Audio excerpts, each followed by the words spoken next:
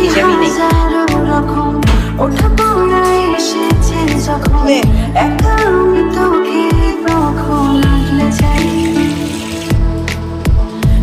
পেঁয়াজ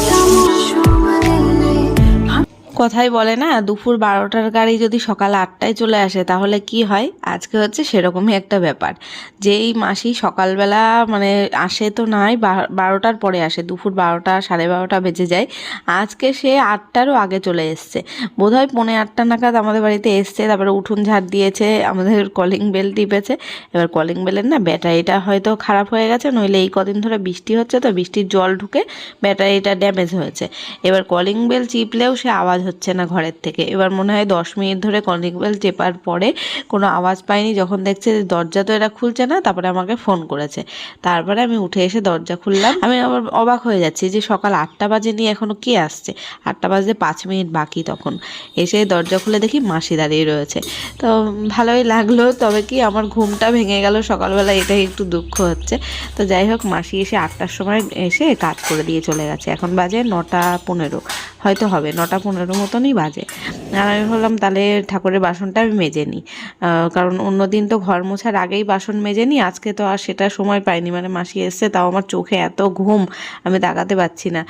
উঠে এসে মোটরটা ছেড়ে দিয়ে আমি এই ঘরে, বাবার ঘরে গিয়ে শুয়েছিলাম একটু। বাসন মেজে ঘরে আসলো, তারপরে আমি উঠে জানলা টানলাগুলো খুললাম, ওই ঘরের বিছনাটা গুছিয়ে দিলাম। তবে তোমাদের দাদাভাই তখনও শুয়েছিল, তাই আর ওই আমাদের ঘরে বিছনাও তোলা হয়নি, ঠাকুরের বাসনটাও আর মাজা হয়নি তখন। তো এখন ভাবলাম তাই করে নিই। এবার মাসি আসলো, তারপরে কি মুখ ধুয়ে আমি তাড়াতাড়ি করে চা বানালাম, মাসি চা খেলো, আমি চা খেলাম।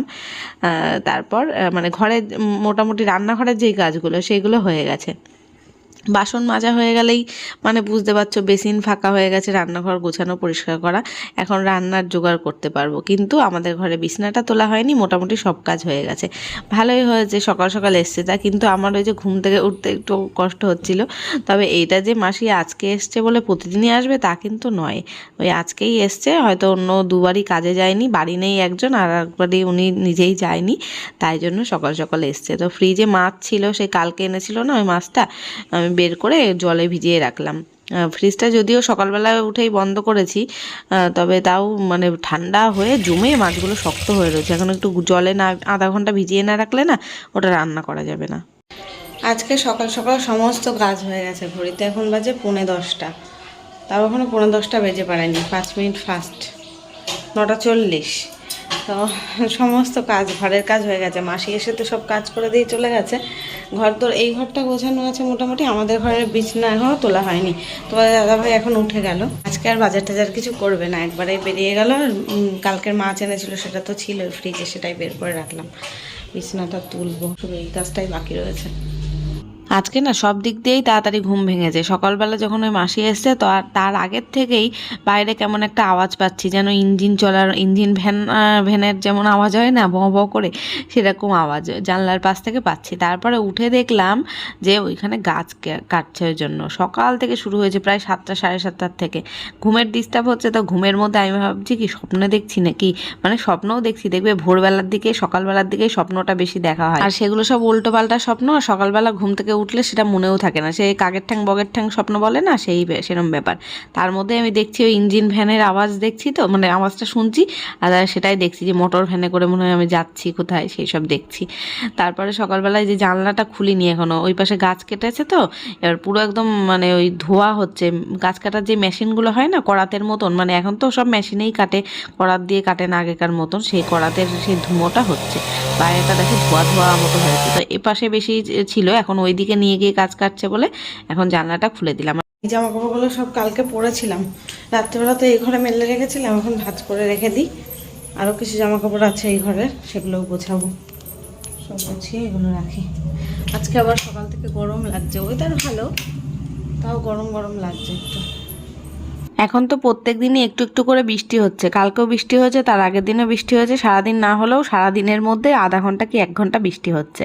ওই জন্য আবহাওয়াটাও সকালবেলা উঠলে এত সুন্দর থাকছে, ঠান্ডা ঠান্ডা ওয়েদার।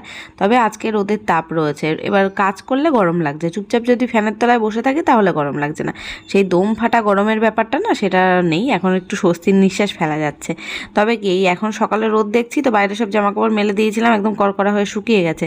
কালকে ওই যে কেচেছিলাম না কয়েকটা, দু একটা, তো তারপরে আবার দেখবে কেমন মেঘ করে বৃষ্টি আসে দুপুরের দিকটা।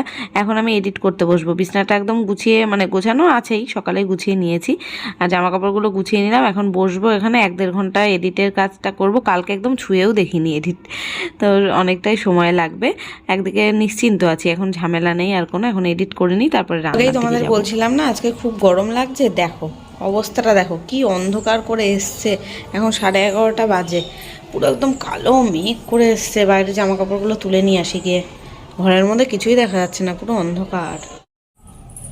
এই যে বৃষ্টিটা দিয়ে এত সুবিধা হয়েছে আমার, এত মানে লাভ হয়েছে যে কি বলবো। আমার কতগুলো গাছ জানো তো মরে যাচ্ছিল, মানে রোদে শুকিয়ে হোক কি মাটি শুকিয়ে জল দিলেও, মানে প্রত্যেক দিন তো আর জল দেওয়া হয় না, ওই মোটর ছাড়ি যখন দুপুরবেলা স্নানের সময় হয়তো আমি একদিন অন্তর অন্তর কি সপ্তাহে 2-3 দিন করে জল দিতাম, তাহলে মরেই যাচ্ছে। বৃষ্টির জল আর এমনি কলের জল এক কথা বলো তো। তো এখন দেখছি বৃষ্টির 2 দিন জল পেয়ে সেই চারা গাছগুলো যেগুলো মরে যাচ্ছিল সেগুলো আবার জ্যান্ত হয়ে গেছে। কি পরিমাণ অন্ধকার দেখো, ঠান্ডা ঠান্ডা হাওয়া দিচ্ছে, কোথাও জোরে বৃষ্টি হচ্ছে, আমাদের এখানেও নামবে মনে হচ্ছে এক্ষুনি।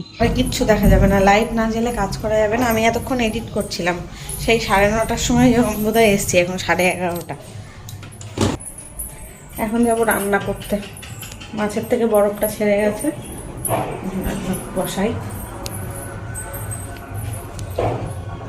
লাইট না জ্বাললে কিচ্ছু দেখা যাবে না। বলতে না বলতেই ঝমঝম করে বৃষ্টি নেমে গেছে, বাইরে একদম অন্ধকার, বাজ পড়ছে আর বৃষ্টি হচ্ছে। বৃষ্টির আওয়াজ পাচ্ছ তো তোমরা? ওই যে আমার পেছনের জানলাটা দেখো, ওখান থেকে দেখা যাবে কি সুন্দর বৃষ্টি বাইরে। জানলাটার 3 ভাগের 2 ভাগ বন্ধ করে দিয়েছি, 1 ভাগ খোলা রেখেছি একটু হাওয়া বাতাস আসার জন্য। আর পুরো খুলে রাখলে পুরো জল পড়ে ঘরের মধ্যে ভেসে যাচ্ছিল, মানে জলের ছাট এসে হাওয়া দিচ্ছে তো বৃষ্টির সাথে সাথেও। আর ঘরের সমস্ত জানলা বন্ধ করে দিলাম, নইলে আগের দিনকে বিছানা পুরো ভিজে গেছিলো। তারপরে এই ঘরে বাবাইয়ের ঘরের ওখানে জানলার উপরে কয়েকটা জামা কাপড় ছিল, সেইগুলো ভিজে গেছিলো। আজকে বৃষ্টি আসার আগেই সব জানলা বন্ধ করে দিয়েছি। আর এদিকে তরি তরকারি কাটছি, এখানে না ওই কালকে ঘ্যাটকোল পাতা বাটা করলাম না, তার যেই ডান্টিটা ছিল, ডান্টিটাও কিন্তু খাওয়া যায়, মানে ঘ্যাটকোল গাছের কোনো অংশই বাদ দেওয়া যায় না, পাতা ডালপালা সব একদম খেয়ে নিতে পারি আমরা। তো এখানে দেখো ডাটাটাকে কাটলাম, কেটে ভালো করে ধুয়ে টুয়ে একটু সেদ্ধ বসাচ্ছি, মানে ভাপে দিচ্ছি আর কি। ভাপে না দিলে আবার চুলকায়, যদি এমনিও করা যায় একেবারে, যেইগুলো শুকিয়ে যায় না, সরু সরু ডাটা থাকে, সেগুলো না মানে না ভাপ দিয়ে ভেজে নিলেও, কড়া করে ভেজে নিলেও হয়। তো কিন্তু এইগুলো দেখলাম একদম কচি ডাটা, তো আবার একটু ভেতরটা মানে সবুজ সবুজও ছিল, মোটা মোটা ডাটা আর কি।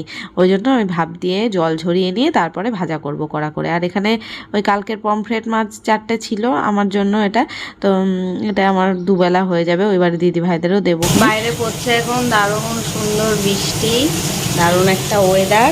আর এদিকে আমি পেঁয়াজ লঙ্কা টঙ্কা কেটে নিয়েছি, মাছটাকে ধুয়ে নিয়েছি, ডিম আলু সেদ্ধ হয়ে গেছে। আর এখানে ওই ঘ্যাটকলের ডাটাটা ভাজা করছি। ফার্স্টে কালো জিরে ফোড়ন দিয়েছিলাম, তারপরে পেঁয়াজ রসুন দিয়ে আর কাঁচা লঙ্কা দিয়ে একটু ভাজা করবো, একদম কড়া করে ভাজা করব। সেদ্ধ যদিও করে নিয়েছি, জল ঝরিয়ে নিয়েছি, তাও একটু কড়া কড়া করে ভাজা করলে বেশ ভালো লাগে খেতে।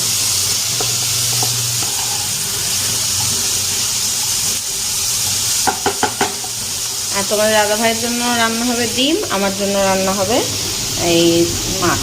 ভাবলাম, প্রথমে ভাবছিলাম সর্ষে বাটা করবো, সর্ষে বাটা দিয়ে মাছটা করবো, তারপরে এখন ভাবছি না থাক, টমেটো ধনে পাতা দিয়ে এমনি গুঁড়ো মশলা জিরের গুঁড়ো টুড়ো দিয়েই রান্না করি।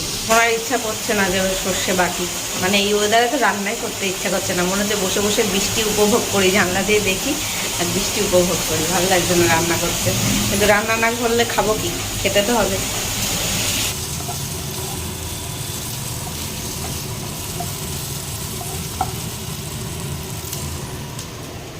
সকালে বললাম না তোমাদের দাদাভাই আজকে আর বাজারে যায়নি, বলছে মাছ আর আনবো না, ঘরে ডিম আছে, আমার জন্য ডিম রান্না করে দাও। ওর জন্য তাই দুবেলা ডিম রান্না করে দিলাম। ওর আবার আজকে রাত্রেবেলা একটা অকেশনে নেমন্তন্ন ছিল, তো সেটা আমি প্রথমে ভেবেছিলাম যাবে, তাও দুবেলার রান্না আমি করেছিলাম। আর বাবাইয়ের জন্য তো করতে হবে, বাবাই আবার পমফ্রেট মাছ খায় না রাত্রেবেলা, মানে বিকেলে বাবাই চলে আসবে, ওই জন্য সেই হিসেব করে দুবেলার মতন ওদের দুজনের বাপ ছেলের জন্য ডিম রান্না করেছিলাম। আর মাছটা ছিল, মা ভেবেছিলাম মা আসবে বিকেলে, মাকে এক পিস দিয়ে দেবো আর অনিকেতকে এক পিস দেবো, এইভাবে আর কি প্ল্যান হয়েছিল। তো লাস্টে গিয়ে তোমাদের দাদা ভাইও সে নেমন্তন্ন বাড়ি যায়নি, ওদিকে মার বাড়ির থেকেও হচ্ছে মাংস নিয়ে এসেছিলো মা, তো এইসব দিয়ে খাওয়া দাওয়া হয়ে গেছে। মা আবার আজকে রাত্রেবেলা আমাদের বাড়িতে এসেছিল, এই ঝড় বর্ষার ওয়েদারে এসেছিলো, অনেক দেরি করে প্রায় 7:30টার পরে ওরা আসলো, তার যায়নি, আজকে রাতটা ছিল, পরের দিন সকালে যাবে। আমার রান্না প্রায় কমপ্লিট, 1:30 বাজে। মাছের ঝোলটা হয়ে গেছে, নামিয়ে নিয়েছি। ভাত হয়ে গেছে এখানে, এখন এই গ্যাস টেবিলটা পরিষ্কার করবো, তো ওই জন্য সব খাবার দাবার এখানে নিয়ে এসে রাখলাম। চাটনি রয়েছে একটু, এই আজকে শেষ হয়ে যাবে চাটনিটা। আর কালকের এই পটলের মানে পটল আলুর তরকারি, ওইটা একটু আছে।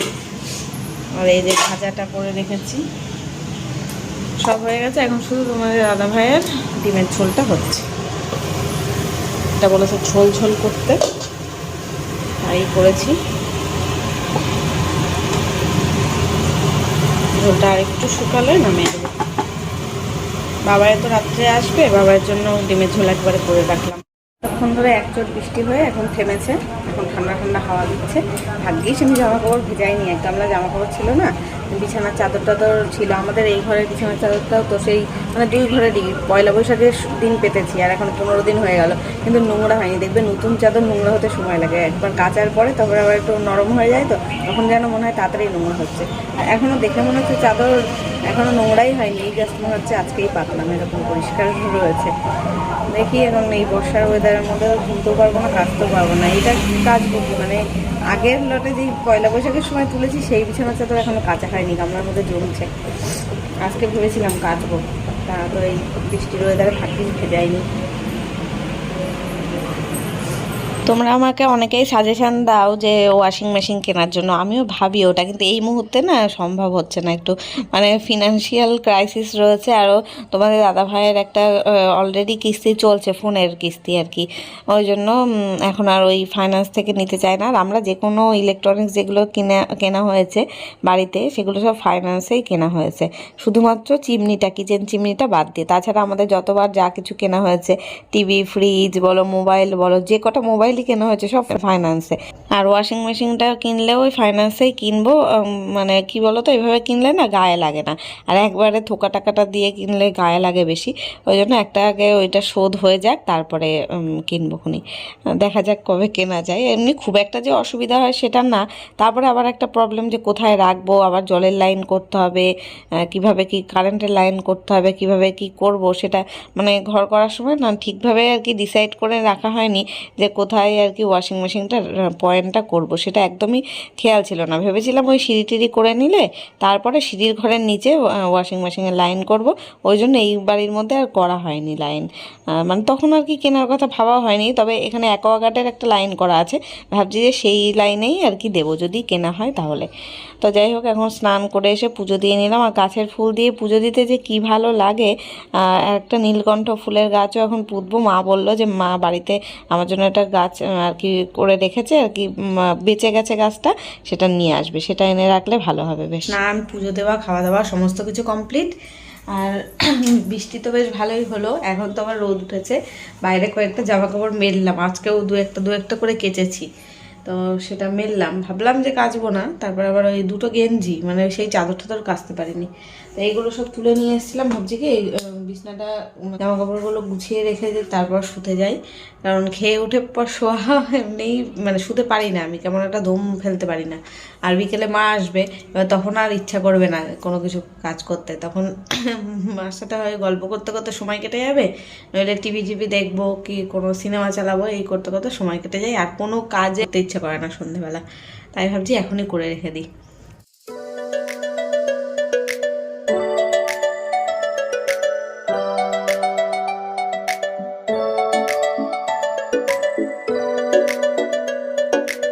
Good good evening everyone. এখন বাজে রাত 8টা। আমরা একটু আগেই চা খেলাম, 7:30টার সময় চা খেলাম। আজকে বৃষ্টির ওয়েদারে টাইমের কোনো মানে হিসেবই নেই। তোমার দাদাভাই এইমাত্র বেরোলো, আর বাবা এসে এখন পড়তে বসেছে। ওর কালকে সকালবেলা পড়া, ওরা এসছে এই তো 7টা নাগাদ আসলো। 7টায় আসলি না 7:30টায় বোধ হয় আসলি। এখন একটু খেতে ইচ্ছে করছে চপ টপ কিছু, তো তোমার দাদাভাই টাকা দিয়ে গেল। এখন কে যাবে? বাবাই তো পড়ছে, দেখি ও পড়ে নিক, তারপরে যদি যায় তাও কখন যাবে? 8টা তো অলরেডি বেজে গেছে। মোড়ের মাথায় ফুচকা পাওয়া যায়, চপের দোকানও বসেছে কিনা জানি না, তো দেখি ও যদি যায় ভালো, তাহলে দেখা যাক কী হয়। আর এখন আমরা এই ঘরে বসবো, টিভি দেখবো একটু, আমি আর মা এসছে।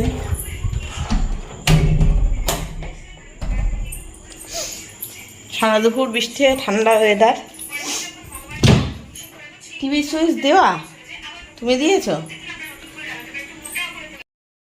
বাবাই এখন গিয়ে ফুচকা এনে দিল আমাদের জন্য। তখন ফুচকা খাবো, একটা মুভি চালিয়েছি, ওই ঘরে দেখছি সবাই মিলে। এখন রাত 9টার সময় খাচ্ছি ফুচকা। আবার ভাত বানাতে হবে রাতে, মা থাকবে আজকে। মা মাংস বানিয়েছিল, নিয়ে এসছে। ভাত বাবাই আবার সন্ধ্যেবেলায় এসে ভাত খেলো, ওই জন্য এখন বানাতে হবে ভাত। সে একটু পরে বানাবো, বইটা দেখে নিই আগে। এ ভাই, ক টাকার ফুচকা এনেছিস? ছোট্ট ছোট্ট ফুচকা দিয়েছে, বেশি দিয়েছে সে ঠিক আছে, কিন্তু একদম ছোট্ট ছোট্ট। তারপরে আলুও কম দিয়েছে, আলু একদম অল্প একটু। খাও, হ্যাঁ খাও। এখন আমরা একটা দারুণ মুভি দেখছি, মিশন রানীগঞ্জ। মুভিটা প্রায় এখন শেষের পর্যায়ে চলছে। ফুচকা হেভি করে এই দোকানে, এই বউটার দোকান থেকে। ভাই খা, একটু খা।